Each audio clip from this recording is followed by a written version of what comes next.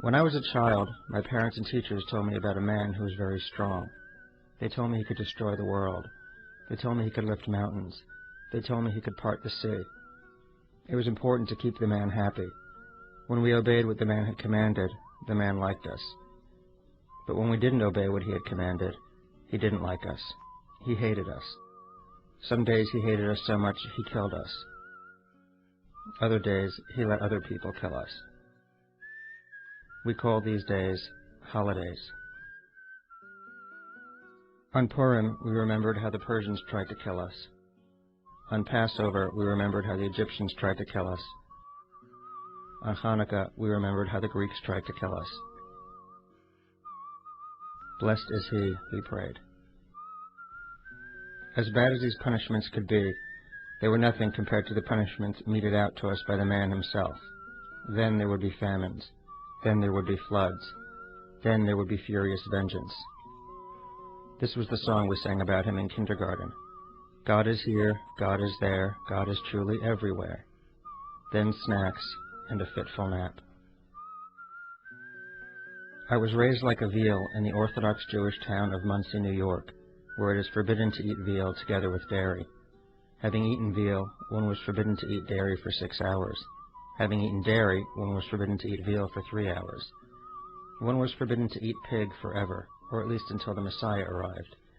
It was then Rabbi Napier had taught us in the 4th grade that the wicked would be punished, the dead would be resurrected, and pigs would become kosher. The people of Monsey were terrified of God, and they taught me to be terrified of him too. They taught me about a woman named Sarah who would giggle, so he made her barren. About a man named Job who was sad and asked why, so God came down to the earth, grabbed Job by the collar and howled, "Who the hell do you think you are?" And so, in early autumn, when the leaves choked, turned colors, and fell to their deaths, the people of Monsey gathered together in synagogues across the town and wondered, aloud and in unison, how God was going to kill them. Who will live and who will die, they prayed, who at his predestined time and who before his time, who by water and who by fire, who by sword, who by beast, who by famine, who by thirst, who by storm, who by plague, who by strangulation, and who by stoning. Then lunch and a fitful nap. It is Monday morning, 6 weeks after my wife and I learned that she is pregnant with our first child, and I am stopped at a traffic light. The kid doesn't have a chance. It's a trick. I know this God, I know how he works. The baby will miscarry, or die during childbirth, or my wife will die during childbirth, or they'll both die during childbirth, or neither of them will die and I'll think I'm in the clear, and then on the drive home from the hospital, we'll collide head-on with a drunk driver, and they'll both die later. That would be so God. The teachers from my youth are gone, the parents old and mostly estranged.